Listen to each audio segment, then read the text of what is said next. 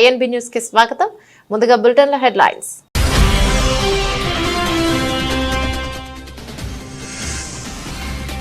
విడుదలైన తెలంగాణ టీఎస్సీ ఫలితాలు. సచివాలయంలో జనరల్ ర్యాంకింగ్ లిస్టు విడుదల చేసిన సీఎం.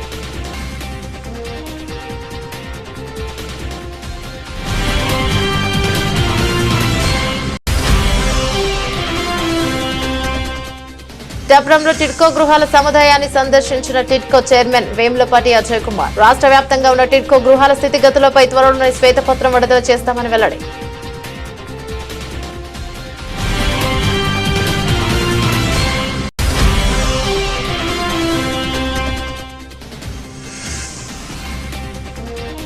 ప్రభుత్వంపై కేంద్ర మంత్రి బండి సంజయ్ సంచలన వ్యాఖ్యలు. హైడ్రా పేరిట రేవంత్ ప్రభుత్వం వసూలు చేస్తుందంటే ఆరోపణలు.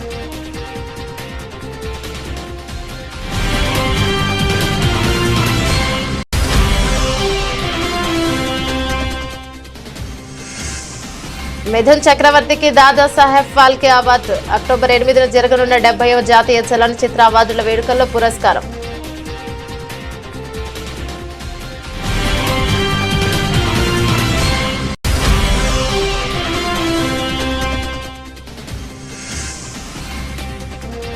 అంబానీ ఇంట ఒలింపిక్స్ పారాలింపిక్స్ అథ్లెట్లకు విందు. నెట్టింట ఫోటోలు వీడియోలు వైరల్.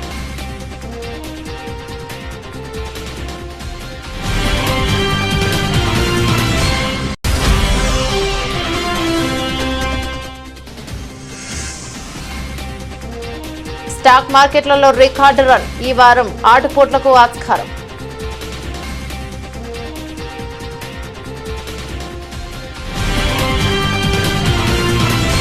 తెలంగాణలో ఉపాధ్యాయ పోస్టుల భర్తీకి సంబంధించి విద్యాశాఖ నిర్వహించిన టీజీడీఎస్సీ 2024 పరీక్ష ఫలితాలు సోమవారం సెప్టెంబర్ 30 విడుదలయ్యాయి. ఈ ఉదయం 11 గంటలకు సచివాలయంలో సీఎం రేవంత్ రెడ్డి డీఎస్సీ పరీక్ష ఫలితాలను విడుదల చేశారు. జనరల్ ర్యాంకింగ్ జాబితాను వెబ్సైట్లో అందుబాటులో ఉంచారు. రాష్ట్రంలో 11,062 టీచర్ పోస్టుల భర్తీకి విద్యాశాఖ మార్చి 1న డీఎస్పీ నోటిఫికేషన్ విడుదల చేసింది. ప్రభుత్వం విద్యార్థులకు జూలై 18 నుంచి ఆగస్టు 5 వరకు పరీక్షలు రాశారు. ఏడాది ఫిబ్రవరి 29న 11,062 టీచర్ పోస్టుల భర్తీకి ప్రభుత్వం డీఎస్సీ నోటిఫికేషన్ విడుదల చేసిన విషయం తెలిసిందే.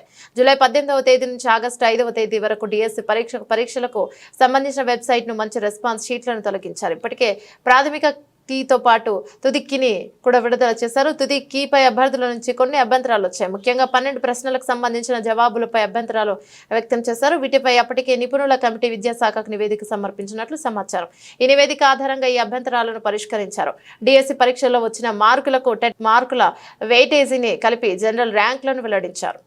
33 జిల్లాలలో 54 సెంటర్లలో స్కూల్ అసిస్టెంట్లు, సెకండరీ గ్రేడ్ టీచర్లు, లాంగ్వేజ్ పండిట్లు, ఫిజికల్ ఎడ్యుకేషన్ టీచర్లు, ప్రాథమిక మరియు ఉన్నత స్థాయిలో స్పెషల్ ఎడ్యుకేషన్ టీచర్లు, ఈ అన్ని పోస్టులకు పరీక్షలు నిర్వహించడం జరిగింది. 18/7/2024 నుండి 5/8/2024 వరకు 26 ఆప్షన్స్ కింద ఈ పరీక్షలు నిర్వహించి ఈరోజు ఈ ఫలితాలను విడుదల చేయడం జరిగింది. ఈ ఫలితాలు ప్రధానంగా 1:3 ప్రాతిపదికన ఫలితాలను ప్రకటించి వాళ్ళ సర్టిఫికెట్ వెరిఫికేషన్స్, వాళ్ళ యొక్క మిగతా వివరాలను సంబంధిత జిల్లా కలెక్టర్లు, అధికారులు వెరిఫై చేసి ఫైనల్ నియామకాలు దసరా పండుగలోపు. తెలంగాణలో మీకు అందరికీ తెలుసు దసరాకున్న ప్రాధాన్యత. దసరా పండుగ అనేది మనకు సంతోషాన్ని తీసుకువచ్చే పండుగ. ప్రతి కుటుంబము ఎంత పేదవాడైనా దసరా పండుగను చాలా సంతోషంగా జరుపుకోవడం తెలంగాణ సాంప్రదాయం. ఆ దసరా పండుగ లోపలనే 9 అక్టోబర్ 2024 నాడు ఈ సర్టిఫికెట్ల వెరిఫికేషన్లు పూర్తి చేసి ఎల్బీ స్టేడియంలో ఈ 11,062 మంది టీచర్ల నియామక పత్రాలు వాళ్ళకు అందించడం ద్వారా రాబోయే దసరా పండుగ వాళ్ళ కుటుంబాలలో సంతోషాన్ని, పండుగ వాతావరణాన్ని తీసుకురావాలని చెప్పి మా ప్రభుత్వం భావిస్తుంది. రాష్ట్ర వ్యాప్తంగా ఉన్న టిడ్కో గృహాల స్థితిగతులపై త్వరలోనే శ్వేతపత్రం విడుదల చేస్తామని ఆంధ్రప్రదేశ్ రాష్ట్ర టిడ్కో చైర్మన్ వేములపాటి అజయ్ కుమార్ తెలియజేశారు. పిఠాపురం పట్టణం మోహన్ నగర్ సమీపంలో గల టిడ్కో గృహాల సముదాయాన్ని వేములపాటి అజయ్ కుమార్ అధికారులతో కలిసి సందర్శించారు. ముందుగా పిఠాపురం మున్సిపల్ కమిషనర్ కనకారావుని అడిగి పిఠాపురంలో నిర్మించిన టిడ్కో గృహాలపై వివరాలు తెలుసుకున్నారు. అనంతరం టిడ్కో గృహాలను వేములపాటి అజయ్ కుమార్ పరిశీలించారు. టిడ్కో గృహాల నివాసం ఉంటున్న ప్రజలతో వేములపాటి అజయ్ కుమార్ మాట్లాడి వారి యొక్క సమస్యలను, వారి యొక్క ఇబ్బందులను తెలుసుకున్నారు. ఈ సందర్భంగా టిడ్కో గృహాల సముదాయాల్లో ఉన్న ఇబ్బందులను వేములపాటి అజయ్ కుమార్ గుర్తించారు. సమస్యలను వెంటనే పరిష్కరించాలని అధికారులను ఆయన ఆదేశించారు. బ్యాంకు విషయంలో ఏ విధంగా చేయగలం ఆలోచిస్తున్నారు. బేసిక్ ఇన్ఫ్రాస్ట్రక్చర్ బేసిక్ మీరు చేయించండి సార్. నుంచి ఎలా వాట్స్ వస్తుంటే మరి అలా నేను ఆఫీషియల్స్ నేను సిఎస్ఆర్ కింద ఎవరితో మాట్లాడతాను. మీకు ఎంత కావాలో చెప్పండి. చేయి ఫండ్స్ ప్రాబ్లం కాదు, మన దగ్గర లైట్లు ఉన్నాయంటే చేయించేసి. సీఎం చంద్రబాబు పాపానికి పాల్పడ్డారని విశాఖపట్నం జిల్లా వైఎస్ఆర్సీపీ అధ్యక్షులు గుడివాడ అమర్నాథ్ ఆరోపించారు. విషయంపై ఆయన మీడియాతో మాట్లాడుతూ తిరుపతి లడ్డు అంశంలో సిబిఐ ఎంక్వైరీ ఎందుకు కోరడం లేదని ప్రశ్నించారు. బాబు తప్పు చేశాడు కనుకే సుప్రీం దర్యాప్తు కోరడం లేదని, వైఎస్ఆర్ కాంగ్రెస్ పార్టీ వేసిన కేసుపై సుప్రీం కోర్టులో సరైన విచారణ జరుగుతుందని ఆశిస్తామన్నారు. ఇక రాష్ట్ర ప్రభుత్వం సిబిఐ ఎంక్వైరీ కోసం కేంద్రానికి లేఖ రాయాలని గుడివాడ అమర్నాథ్ డిమాండ్ చేశారు. ఇది సమంజసం కాదు, మీరు చేస్తున్నటువంటిది కరెక్ట్ కాదు. చివరిని దేవుణ్ణి కూడా రాజకీయాల్లోకి తీసుకుని వచ్చేటువంటి స్థాయికి దిగజారిపోయారు. మత రాజకీయాలు చేసేటువంటి పరిస్థితికి వచ్చేసింది ఈ రాష్ట్రంలో తెలుగుదేశం పార్టీ ప్రభుత్వం అనేటువంటి విషయాన్ని కూడా ఈ సందర్భంగా తెలియజేస్తా ఉన్నా. ఈరోజు మనం చూసాం, నెయ్యికి సంబంధించి ఈఓ గారు అంటారు 4వ తారీఖు జూలై 4వ తారీఖున వచ్చినటువంటి లోడ్లు ఏవైతే ఉన్నాయో అంతవరకు వాడాం. జూలై 6వ తారీఖున, తర్వాత జూలై 12వ తారీఖున వచ్చినటువంటి లోడ్లు మాత్రం వాటిని టెస్టులకు పంపించి 23వ తారీఖు జూలై వచ్చినటువంటి రిపోర్ట్ని ఆధారంగా వెజిటబుల్ ఆయిల్ అండ్ వనస్పతి కలిసింది అనేటువంటి ఉద్దేశంతో వాటిని వెనక్కి పంపించామని చెప్పి ఈఓ గారు చెప్తారు. జూలై 23 రిపోర్ట్ వస్తే సెప్టెంబర్ 18న ఈ రాష్ట్ర ముఖ్యమంత్రి మాట్లాడుతూ ఏమైపోయారు, 2 నెలలు ఏమైపోయారు. సెప్టెంబర్ 18న మీరు మాట్లాడి అందులో యానిమల్ ఫ్యాట్ కలిసిందని రకరకాలైనటువంటి వదంతులు సృష్టించారు. మీ ఈఓ చెప్పింది కరెక్టా, మీరు చెప్పింది కరెక్టా? ఒకవేళ కల్తీ నెయ్యి అని చెప్పి రిజెక్ట్ చేసినటువంటి పరిస్థితులు ఉంటే అసలు కల్తీ నెయ్యి రిజెక్ట్ చేసినప్పుడు లడ్డూలో ఎలా వాడుతారనేటువంటి దానికి ఏం సమాధానం చెప్తారు? హైదరాబాద్ నగరంలో అక్రమ నిర్మాణాలపై ప్రధానంగా చెరువులు ఆక్రమణలపై హైడ్రా ఉక్కుపాదం మోపుతున్న విషయం తెలిసిందే. నిత్యం నగరంలో ఎక్కడో ఒక చోట కూల్చివేతలు చేపడుతూ వార్తల్లో నిలుస్తోంది సంస్థ. అయితే తాజాగా హైడ్రాపై కేంద్ర హోంశాఖ సహాయ మంత్రి బీజేపీ నేత బండి సంజయ్ సంచలన ఆరోపణలు చేశారు. బీఆర్ఎస్ పార్టీ కాళేశ్వరం ప్రాజెక్టు పేరుతో 1000 కోట్లు కూడా పెట్టినట్లే ఇప్పుడు కాంగ్రెస్ సర్కారు కూడా హైడ్రా పేరిట 1000 కోట్లు దండుకుంటోందని ఆరోపించారు. సోమవారం కరీంనగర్ లో ఆయన విలేకరులతో మాట్లాడుతూ ఈ సంచలన వ్యాఖ్యలను చేశారు. ఇంకా ఆయన మాట్లాడుతూ రాష్ట్ర పార్టీ అధ్యక్షుడు కేంద్ర మంత్రి కిషన్ రెడ్డి నేతృత్వంలో పేదల తరపున నిలబడి పోరాడతామన్నారు. బీజేపీ ఎప్పుడు పేదల పక్షానే ఉంటుందని ఆయన అన్నారు. వారి కోసం ఒంటరిగానే పోరాటం చేస్తామని తెలిపారు.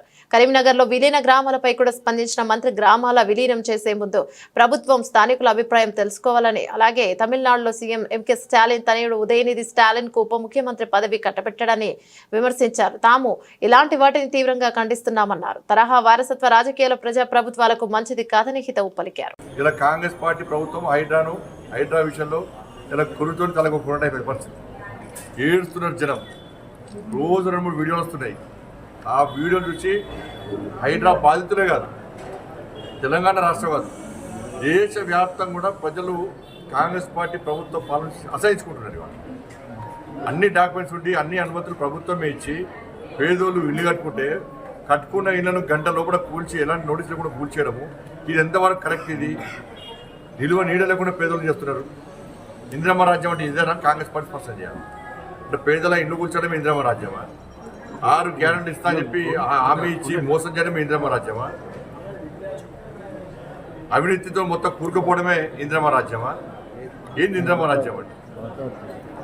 కాబట్టి హైడ్రా విషయంలో భారతీయ జనతా పార్టీ వారం రోజులు కూడా ప్లాన్ మెయింటైన్ చేస్తున్నాం. తప్పకుండా హైడ్రా విషయంలో మేము చాలా సీరియస్గా ప్లాన్ చేస్తాం. నేను మళ్ళీ చెప్తున్నా, ఇలా ప్రజలకు భారతీయ జనతా పార్టీ ఆయుధంగా మారబోతున్నది. భారతీయ జనతా పార్టీ కార్యకర్తలు సిద్ధమవుతున్నారు, నాయకులు సిద్ధమవుతున్నారు హైదరాబాద్లో అండగా ఉండడానికి. ఈ రాక్షస ఆలోచనను, ఈ మూర్ఖత్వపు ఆలోచనను, ఈ దుర్మార్గపు మనసుతో పక్కకు పెట్టి ఒక మానవత్వంతో రాష్ట్ర ప్రభుత్వం ఆలోచించాలి. హైదరాబాద్ విషయంలో వాళ్ళ ఇంట్లో కూర్చోవడం ఎంతవరకు సమంజసమో గుండె మీద చేసుకుని రాష్ట్ర ముఖ్యమంత్రి ఆలోచించాలి. ఇలా ప్రజలు కూడా అంత వ్యతిరేకతస్తుంటే ఇలా ఒక్కొక్క మినిస్టర్ వచ్చి హైదరాబాద్ మంచిది అంటే రేపు వాళ్ళ కూడా కుటుంబాలను మీరు కట్టుకుని నిన్ను కూర్చొని ఎంత ఇబ్బంది ఉంటుంది. అరే కూల్చాల్సిన ఫామ్ హౌస్ మాత్రం కూర్చారు, కూల్చాల్సిన ఫామ్ హౌస్ కూర్చారు. మేమనుకున్నాం హైదరాబాద్ ఒక మంచి ఆలోచన ఉంది కదా, అరే మంచి ప్లాన్తో ప్రభుత్వం ఉన్నట్టున్నది, ఏం చెడు ఆలోచన ఏం లేనట్టుందో మేము అనుకున్నాం. కానీ ఇంత పేదోళ్ళు ఉసురు పోసుకుంటారు, పేదోళ్ళు పుట్ట కొడతారు, పేదోళ్ళకు నీడ లేకుండా చేస్తారని చెప్పి మేము ఎప్పుడు ఆలోచించాం. వాళ్ళంతా ఢిల్లీ నుంచి డైరెక్షన్. ఇలా రేపు బాబు ఏం చేస్తారు, బీఆర్ఎస్ పార్టీ అయ్యప్ప సొసైటీ పేరుతో కొన్ని రోజులు కూల్చింది, అంత పైసలు తప్పి ఇలా హైదరాబాద్ పేరుతో చేస్తారు. ఇలా మెల్లగా దీన్ని క్లోజ్ చేస్తారు. ఇక క్లోజ్ చేయాల్సిందే, మరి వట్టే క్లోజ్ చేయరు. పెద్ద పెద్ద వ్యక్తుల దగ్గర నుంచి మళ్ళీ కలెక్షన్ చేస్తారు. కలెక్షన్ చేసి మళ్ళీ ఢిల్లీకి పైసలు పంపాలి.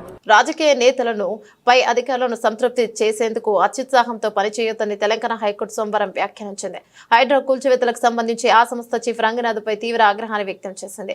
సెలవు దినాల్లో పనిచేయాల్సిన అవసరం ఏమొచ్చిందని, శని ఆదివారాలు కూల్చివేతలు చేపట్టడమేంటని నిలదీసింది. కరుడుగట్టిన నేరస్తుడిని ఉరితీసే ముందు కూడా చివరి కోరిక ఏంటని అడుగుతారని గుర్తు చేస్తూ ఇంటిని కూల్చే ముందు యాజమానికి చివరి అవకాశం ఏమైనా ఇచ్చారా అంటూ ప్రశ్నించింది. ఈ మేరకు హైడ్రా కూల్చివేతలపై దాఖలైన పిటిషన్లపై హైకోర్టు సోమవారం ఉదయం విచారణ చేపట్టింది. హైడ్రా చీఫ్ వర్చువల్ గా అమీన్పూర్ తహసీల్దార్ కోర్టులో విచారణ హాజరయ్యారు. సందర్భంగా హైడ్రా చీఫ్ రంగనాథ్ కు కోర్టు పలు ప్రశ్నలు సంధించింది. చట్ట ప్రకారం రిజిస్ట్రేషన్ పూర్తి చేసి స్థానిక సంస్థల అనుమతి లేకుండా తీసుకున్నాకే ఇళ్ల నిర్మాణాలు చేపడుతున్నారని కోర్టు గుర్తు చేసింది. అయితే ప్రభుత్వ శాఖల మధ్య సమన్వయ లోపంతో సామాన్యులు నష్టపోవాల్సి వస్తుందని వ్యాఖ్యానించింది. హైడ్రా ఏర్పాటు అభినందనీయం, కానీ దాని పనితీరుపైనే అభ్యంతరమని కోర్టు పేర్కొంది. ఒక్క రోజులో హైదరాబాద్ ను మార్చాలనుకోవడం సరికాదని, FTL నిర్ధారించకుండా అక్రమాలను ఎలా తెలుస్తారని నిలదీసింది. అనంతరం కేసు విచారణకు ఈ అక్టోబర్ 15కు వాయిదా వేసింది. రాజకీయాల కోసం ఎంతకైనా తెగించే రకం చంద్రబాబు అంటూ మాజీ మంత్రి వెల్లంపల్లి శ్రీనివాస్ విమర్శలను గుప్పించారు. నందమూరి హరికృష్ణ మృతదేహం పక్కనే పొత్తుల గురించి చర్చించిన నీచ చరిత్ర చంద్రబాబుది అంటూ దుయ్యబట్టారు. సూపర్ 6 పథకాల గురించి డైవర్షన్ కోసమే చంద్రబాబు ఇలా లడ్డూ ఆరోపణలు చేస్తున్నారని వెల్లంపల్లి శ్రీనివాస్ మండిపడ్డారు. పదవి కోసం మావకు వెన్నుపోటు పడవడం కానివ్వండి, ఆ రోజు నందమూరి హరికృష్ణ గారు డెడ్ బాడీ ఉండగానే కేసీఆర్తో పొత్తులు పెట్టుకోవడం కానివ్వండి, ఆ డెడ్ బాడీ దగ్గర పొత్తులు పెట్టుకోవడం కానివ్వండి, రాజకీయాల కోసం ఎంతైనా తెగిస్తాడన్న సంగతి మనందరూ కూడా తెలిసిన విషయమే. ఎన్టీ రామారావు మీద చెప్పులు విసిరడం కానివ్వండి, ఇవన్నీ మనకు తెలుసు ఇవన్నీ కూడా. కానీ ఈరోజు ఒక ప్రతిపక్ష పార్టీని ఇబ్బంది పెట్టాలని చెప్పని ఆయన 100 రోజుల పరిపాలనలో ఈ రాష్ట్రంలో ఏమీ చేయలేకపోయాడు కాబట్టి అమ్మఒడి కార్యక్రమం ఉంది. జగన్మోహన్ రెడ్డి గారు ఇంటికి ఒకటి ఇస్తా అని చెప్పారు. ఈయనేమో నీకు 15,000, నీకు 15,000, నీకు 15,000, నీకు 18,000 అని చెప్పని ప్రచారం చేశాడు. అది ఆన్గోయింగ్ ప్రాసెస్ వర్కే కదా అమ్మఒడి అనేది. కనీసం జగన్మోహన్ రెడ్డి గారు ఒక ఇంటికి ఒకటి ఇచ్చారు, అదన్నీ ఇవ్వాలి కదా, అది ఎక్కొట్టాడు.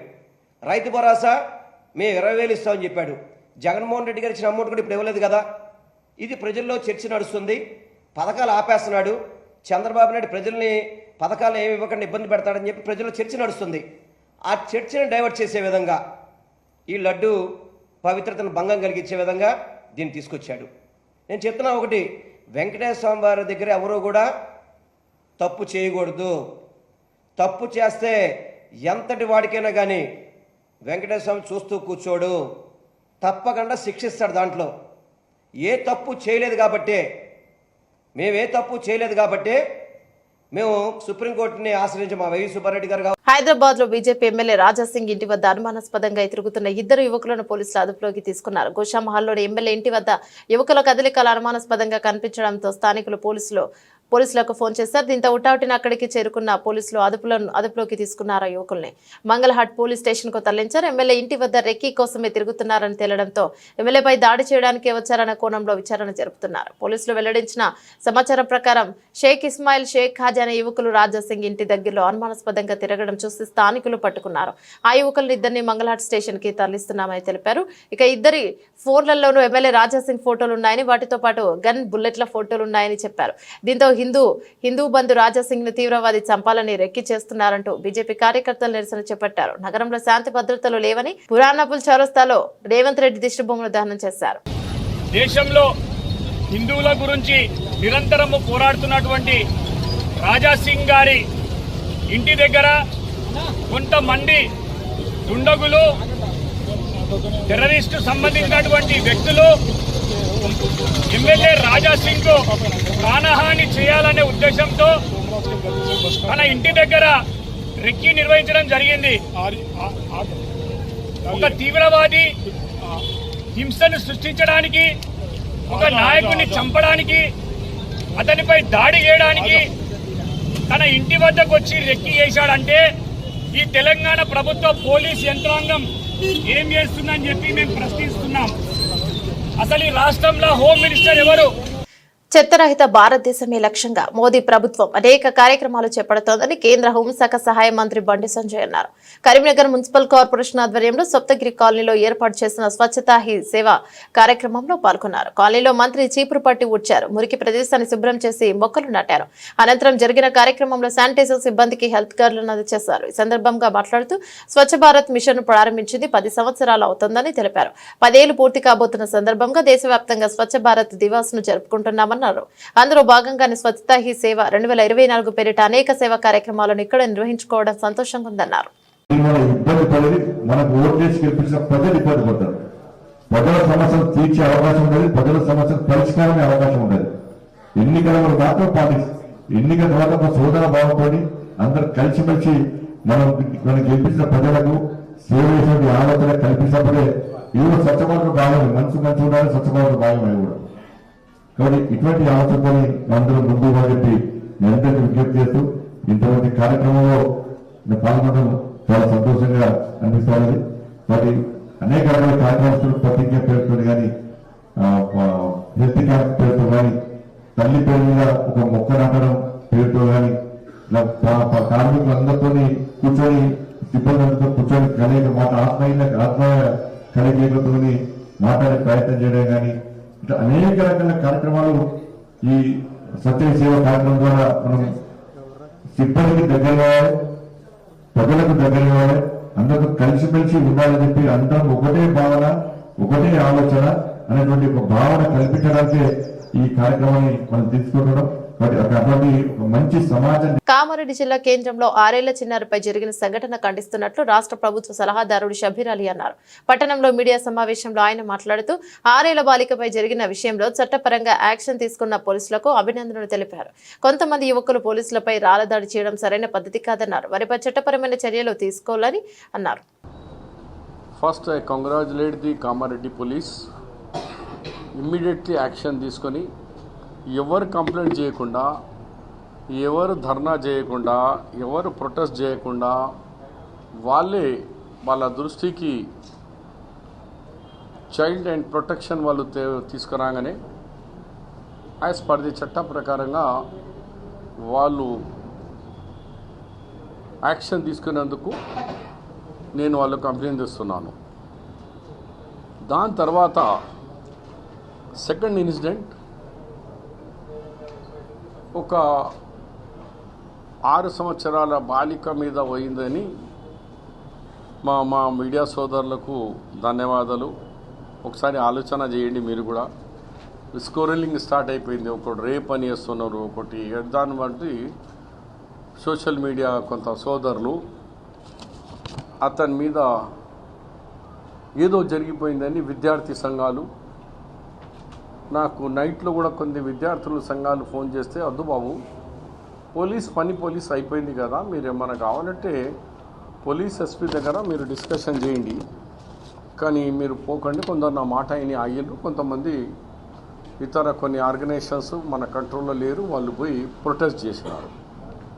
పవన్ కళ్యాణ్ తో రాజీనామా చేయించి హిందూ ధర్మం పవిత్రతను కాపాడాలని రాష్ట్రీయ ప్రజా కాంగ్రెస్ ఆర్పీసీ ప్రధాన కార్యాలయంలో జరిగిన పార్టీ వారాంతపు సమావేశంలో ఆర్పీసీ వ్యవస్థాపక అధ్యక్షులు మేడా శ్రీనివాస్ సీఎం చంద్రబాబుని కోరారు.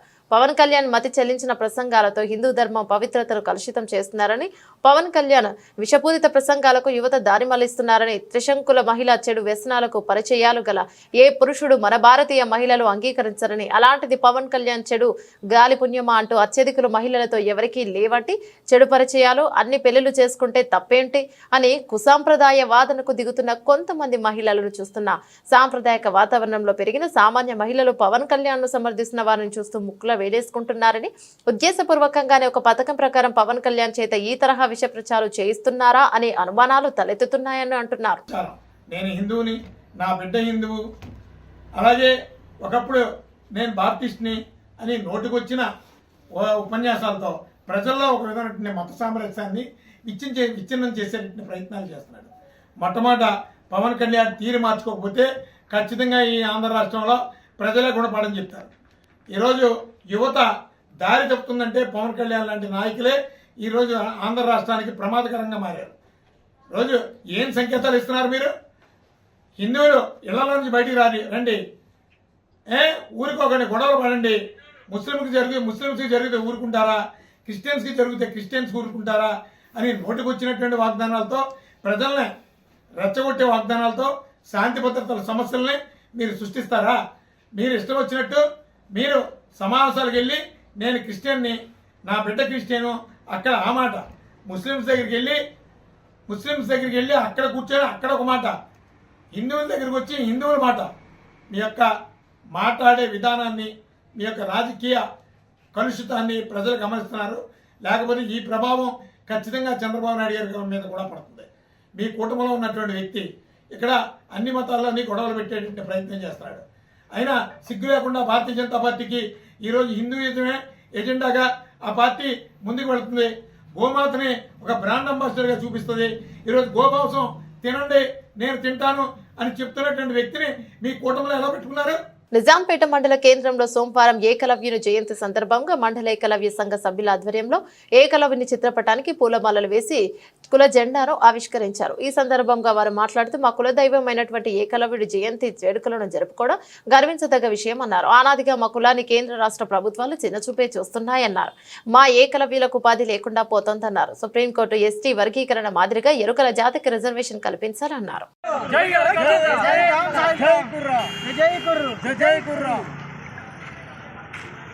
ఏకలవ్య జయంతి ఉత్సవాలు జరుపుకోవడం జరిగింది. ముఖ్యంగా ఈరోజు మా ఎరుకల జాతి గర్వించదగ్గ విషయం ఏంటంటే ఏకలవ్యుడు అనాది కాలంలో జన్మించి మాకు కులదైవంగా వెలిసిండు. ఆ ఏకలవ్యుని జయంతి మా కులాస్తులు అందరి పౌరుషంలో కానీ రక్తంలో కానీ అతని మనలోనే ఉన్నాయి. కనుక అతని ఉత్సవాన్ని వల్ల మేము జరుపుకోవడం, అతని పేరు మీద జాతీయ జెండాను ఆవిష్కరించుకోవడం జరిగింది, కుల జెండా. కనుక మాకు ఆనాది కాలం నుంచి మా కులమును చిన్నచూపే చూస్తుంది. అటు ప్రభుత్వం కానీ ఇటు ఇతర అగ్రవర్ణ కులాలు కానీ ఆ చిన్న చూపు చూడడం వలన మేము చాలా వెనుకబడి ఉన్నాము. అలా కాకుండా మాకు ప్రత్యేకంగా బడ్జెట్, ఎరకల బడ్జెట్ కేటాయించాలని కోరుచున్నాను ప్రభుత్వాన్ని. కానీ మాకు ఎలాంటి ఉపాధి లేదు. మా కులంలో ఈ ఎస్టీ వర్గీకరణ మొన్న సుప్రీంకోర్టు చేసిన విధంగా మాకు అదే విధంగా మాకు ప్రత్యేక. కూటమి ప్రభుత్వంలో సూపర్ 6 లేదు, అంతా సూపర్ స్కామ్ అని వైఎస్ఆర్సీపీ నేతలు పోతిన మహేష్ అన్నారు. 4 నెలల్లో కనీసం ఒక్క పథకం కూడా అమలు చేయలేకపోయారని విమర్శించారు. వరద బాధితులకు ప్రభుత్వం ఇచ్చింది 200 కోట్లని, ప్రభుత్వం దాతలు ఇచ్చింది 400 కోట్లని పేర్కొన్నారు. క్లిష్ట సమయంలో బాధితులకు ప్రజలండగా ఉన్నారు తప్ప కూటమి ప్రభుత్వం కాదని పోతిన మహేష్ అన్నారు. రాష్ట్రంలో రాక్షస రాజ్యం నడుస్తుంది. దేవుడికి దండం పెట్టుకోవడానికి వెళ్ళడానికి కూడా ప్రభుత్వ అనుమతి కావాలంట. మాజీ ముఖ్యమంత్రి జగన్మోహన్ రెడ్డి గారు తిరుమల దర్శనానికి వెళ్ళకూడదని నోటీస్ ఇచ్చారు. దీన్ని రాక్షస రాజ్యం అనక ఇంకేమనాలి? మీ పాలనలో 100 రోజుల్లో ఒక్క మంచి పని అయినా చేశారా? చేయలేదు కాబట్టే కదా ఈ డైవర్షన్ పాలిటిక్స్ చేస్తున్నారు మీరు.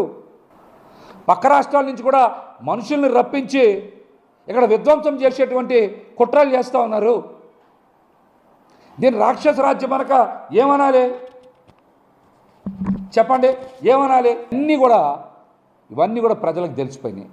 ఈ కూటమి అధికారంలోకి వచ్చిన తర్వాత సూపర్ 6 లేదు, అంతా సూపర్ స్కామే. ఒక్క పథకం కూడా అమలు చేయలేకపోయారు. వర్షాలు తుఫాన్ల వల్ల నష్టపోయిన ప్రజలకి అండగా నిలవలేకపోయారు.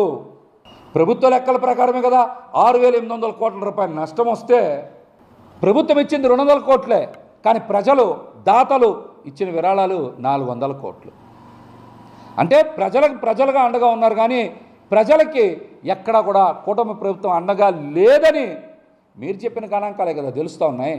భారతీయ సినిమాకు సంబంధించి అత్యున్నత పురస్కారం దాదాసాహెబ్ ఫాల్కే అవార్డు ఈసారి ప్రముఖ నటుడు మిథున్ చక్రవర్తిని వరించింది. ఈ ఏడాది ఈ ప్రతిష్టాత్మక అవార్డుకు ఆయన ఎంపికైనట్లు కేంద్ర సమాచార ప్రచార మంత్రిత్వ శాఖ తాజాగా ప్రకటించింది. అక్టోబర్ 8న జరగనున్న 70వ జాతీయ చలనచిత్ర అవార్డుల వేడుకలో ఆయనను ఈ అవార్డుతో సత్కరించడం జరుగుతోందని పేర్కొన్నారు. ఈ మేరకు మంత్రి అశ్విని వైష్ణవ్ ఎక్స్ ట్విట్టర్ వేదికగా ఈ వార్తను పంచుకున్నారు. మిథున్ అద్భుతమైన సినిమా ప్రయాణం తరతరాల స్ఫూర్తికి ఇస్తుందని, భారతీయ సినిమాకు ఆయన చేసిన సేవలను గుర్తింపుగా దాదాసాహెబ్ ఫాల్కే ఎంపిక జ్యూరీ ఈ దిగ్గజ నటుని ఎంపిక చేసిందని ప్రకటించడం గౌరవంగా ఉందని ట్వీట్ చేశారు. ఇక ఈ ఏడాది మిథున్ ని ప్రతిష్టాత్మక పద్మభూషణ్ అవార్డు కూడా వరించిన విషయం తెలిసిందే. ఇటీవల ప్యారిస్ లో జరిగిన ఒలింపిక్స్ పారాలింపిక్స్ లో భారత అథ్లెట్స్ అద్భుతమైన రాణించిన విషయం తెలిసిందే. ఒలింపిక్స్ లో 6 పథకాలు, పారాలింపిక్స్ లో ఇంతకు ముందెన్నడూ లేని విధంగా ఏకంగా 29 పథకాలను కొల్లగొట్టారు ఇండియన్ అథ్లెట్స్. ఇక ఈ సందర్భంగా అంతర్జాతీయ ఒలింపిక్స్ కమిటీ ఐఓసీ సభ్యురాలు రాయల్స్ ఫౌండేషన్ వ్యవస్థాపక చైర్పర్సన్ నీతా అంబానీ అథ్లెట్లను తన ఇంటికి ఆహ్వానించింది. ప్రత్యేక ఆతిథ్యం ఇచ్చారు. ఈ సందర్భంగా ఆదివారం రాత్రి ముంబైలోని తమ నివాసంలో యాంటిలియాకు పిలిపించి మరీ ప్రత్యేకంగా విందు ఏర్పాటు చేశారు. ఇందులో ఒలింపియన్లు, పారాలింపియన్లు ఒకే చోట కలిసి సెలబ్రేషన్స్ చేసుకున్నారు. దాదాపు 140 మంది వరకు అథ్లెట్లు ఈవెంట్ కు హాజరైనట్టు సమాచారం. ఈ వేడుకకు సంబంధించిన ఫోటోలు, వీడియోలు ప్రస్తుతం సామాజిక మాధ్యమాల్లో వైరల్ అవుతున్నాయి. సందర్భంగా నీతా అంబానీ మాట్లాడుతూ ఇది చాలా ప్రత్యేకమైన సాయంత్రం. ఇండియాకు చెందిన పారిస్ ఒలింపియన్లు, పారా ఒలింపియన్లు మొదటిసారి ఒకే వేదికపై సమావేశం అవుతున్నారు. పారిస్ ఒలింపిక్స్ క్రీడల్లో వారు సాధించిన దానికి చాలా గర్విస్తున్నాం. భారతీయులందరూ ఈరోజు వారికి గౌరవిస్తున్నారు. వారి పట్ల మనకున్న ప్రేమ, గౌరవాన్ని తెలియజేస్తున్నాం. యునైటెడ్ విట్రయమ్స్ ఒక ఉద్యమంగా మారాలని కోరుకుంటున్నానన్నారు. बड़ी स्पेशल शाम है। आज पहली बार भारत के सभी ओलंपियंस और पैरालंपियंस एक ही साथ, एक ही प्लेटफॉर्म पर आ रहे हैं. We are so proud of them. All Indians, we are proud of each and every one of them. And today, we are going to honor them and show them the respect and the love that we have for them. On behalf of Reliance Foundation, we would like and we would wish that United in Triumph can become a movement for unity and inclusiveness in sport and in life. और बस इसीलिए आज celebration है जहां we are going to show that all of them are coming together and coming united together. And thank you so much. आप सबको धन्यवाद आज आने के लिए. దేశీయ స్టాక్ మార్కెట్లలో రికార్డు రన్ కొనసాగుతోంది. మునుపెన్నడూ లేని గరిష్టాలు సూచీలు కదలాడుతున్నాయి. ఇన్వెస్టర్లు పెట్టుబడుల దిశగానే పోతున్నారు. గత వారం రోజు ట్రేడింగ్ లో ఎక్కువ రోజులు ఈక్విటీ మార్కెట్లు లాభాల్లోనే నడిచాయి. ఈ క్రమంలోనే వారం మొత్తంగా సూచీలు భారీగానే ఎగిసాయి. అంతకుముందు వారం ముగింపుతో చూస్తే బాంబే స్టాక్ ఎక్స్చేంజ్ BSE ప్రధాన సూచీ సెన్సెక్స్ 1027 మరియు 54 పాయింట్లు లేదా 1.21% పెరిగి ఇక 85.571.85 వద్ద స్థిరపడింది. అలాగే నేషనల్ స్టాక్ ఎక్స్చేంజ్ NSE సూచీ నిఫ్టీ సైతం 388 పాయింట్లు లేదా 1.50% పుంజుకొని ఇక 26.178.95 దగ్గర ముగిసింది. ఈ నేపథ్యంలో లాభాల స్వీకరణకు అవకాశాలు కనిపిస్తున్నాయి. ఆల్ టైమ్ హై దరిదాపుల్లో ఉండటం వల్ల సెల్లింగ్ ప్రెషర్ ఎక్కువ ఉంటుందని విషయాన్ని వారు గుర్తు చేసుకున్నారు. ఇక గ్లోబల్ స్టాక్ మార్కెట్లు, విదేశీ సంస్థాగత మదుపరుల పెట్టుబడులు, అంతర్జాతీయ పరిణామాలు, డాలర్తో పోల్చితే రూపాయి మారకం విలువ ఈ వారం కూడా భారతీయ స్టాక్ మార్కెట్ల తీరును నిర్దేశించనున్నాయి. బులెటిన్ ముగించే ముందు హెడ్లైన్స్ మరోసారి.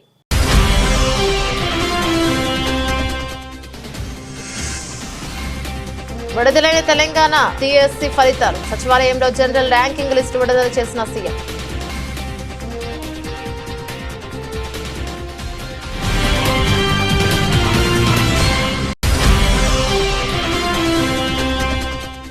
డబ్రంలో టిడ్కో గృహాల సముదాయాన్ని సందర్శించిన టిడ్కో చైర్మన్ వేములపాటి అజయ్ కుమార్. రాష్ట్ర వ్యాప్తంగా ఉన్న టిడ్కో గృహాల స్థితిగతులపై త్వరలోనే శ్వేతపత్రం విడుదల చేస్తామని వెల్లడి.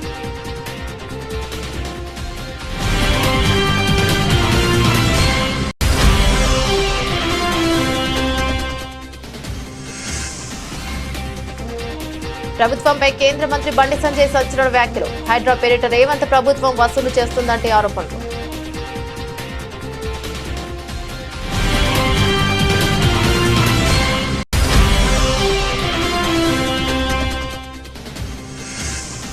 మిథున్ చక్రవర్తికి దాదాసాహెబ్ ఫాల్కే అవార్డు. అక్టోబర్ 8న జరగనున్న 70వ జాతీయ చలనచిత్ర అవార్డుల వేడుకల్లో పురస్కారం.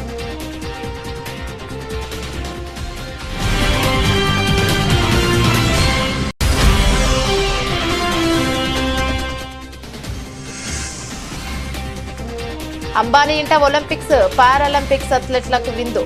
నెట్టింట ఫోటోలు వీడియోలు వైరల్.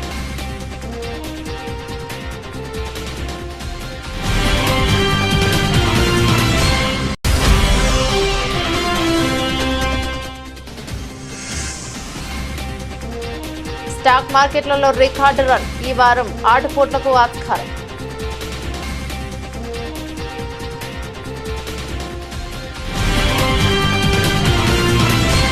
ఇవి బులెటిన్లోని అప్డేట్స్. మరో బులెటిన్లో మళ్ళీ కలుసుకుందాం. అంతవరకు సెలవు. నమస్తే.